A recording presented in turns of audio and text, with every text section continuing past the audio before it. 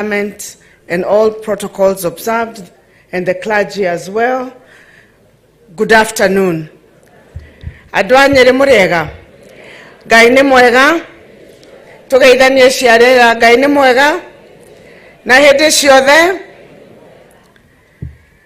Your Excellency, today we are very honored to have you in Mount Kenya.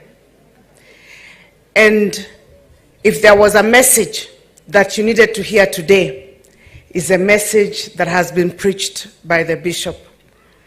That message reminded me of an incident. Everybody who is around me knows I don't like to fly. And sometimes they wonder why.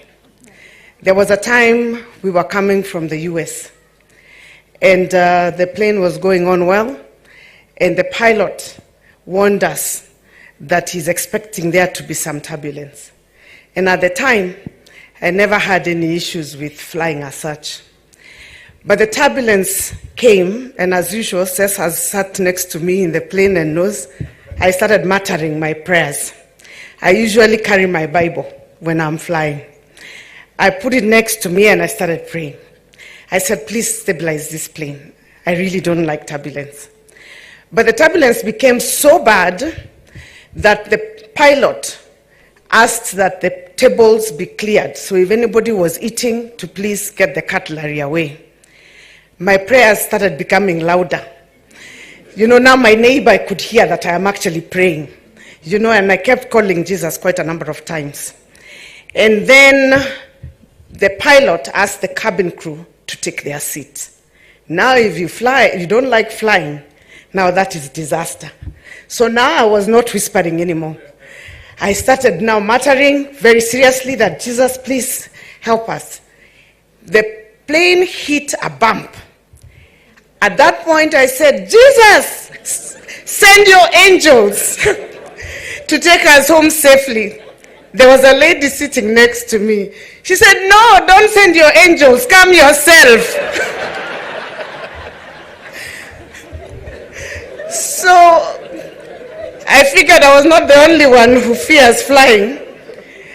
But since I am here, God managed to take us to land safely. When we landed, I asked the lady, why did you cancel my prayers and say no, don't send your angels, come yourself? And she said, those angels can be told to take them home safely, they take us to heaven.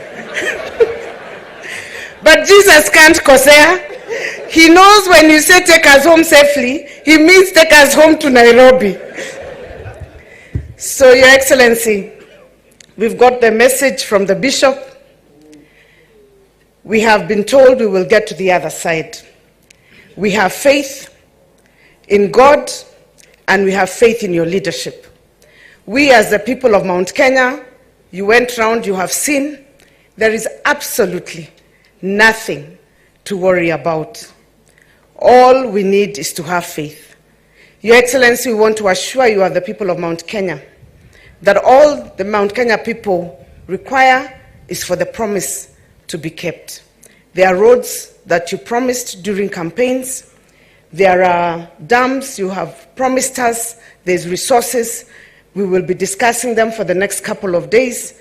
But other than that, their love and commitment to you is completely unconditional. Mimi sina mengi ya kusema, ila ni washukuru sana watu wa Nyeri kwa vile mwatonyita ogeni. And as the President is here, we will continue as the people of Mount Kenya and thank the clergy for continuously keeping us in the right path and standing with this government. Many a times we need the assurance that God is still with us and will enable us to be on the other side. Before I sit, allow me to give the apologies of two of my colleagues who could not make it. There is Governor of Tharaka Nithi, Governor Muthomi Njuki, and there is also Governor Susan Keheka.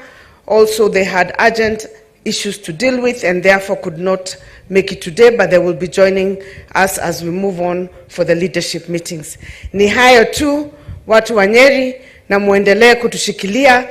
We are very grateful for our Deputy President. You blessed us with a leader who has held the hands of our President when the time became difficult, and we will not forget you people of Nyeri. Asanteni sana na Mungu awabariki. Asante sana Mheshimiwa Waiguru. Your Excellency the President, allow me now kama chairman wa nyumba 10 hapa nikukaribisha. Nitakuonyesha ile program tunafanya hapa kwa hii area, na pia mimi ndio landlord na okotaga rent ya area hii. Karibu sana. Kwa sababu miaka mingi hujafika, and we are really very proud to have you here. May I say 2 things? Number 1, Your Excellency, I wanted to tell you a little about Rigathi Gachagua. Rigathi Gachagua is that soldier who is so consistent, remains faithful, truthful, and does not leave his friends. His history shows. And so when we are standing here today, where he was born,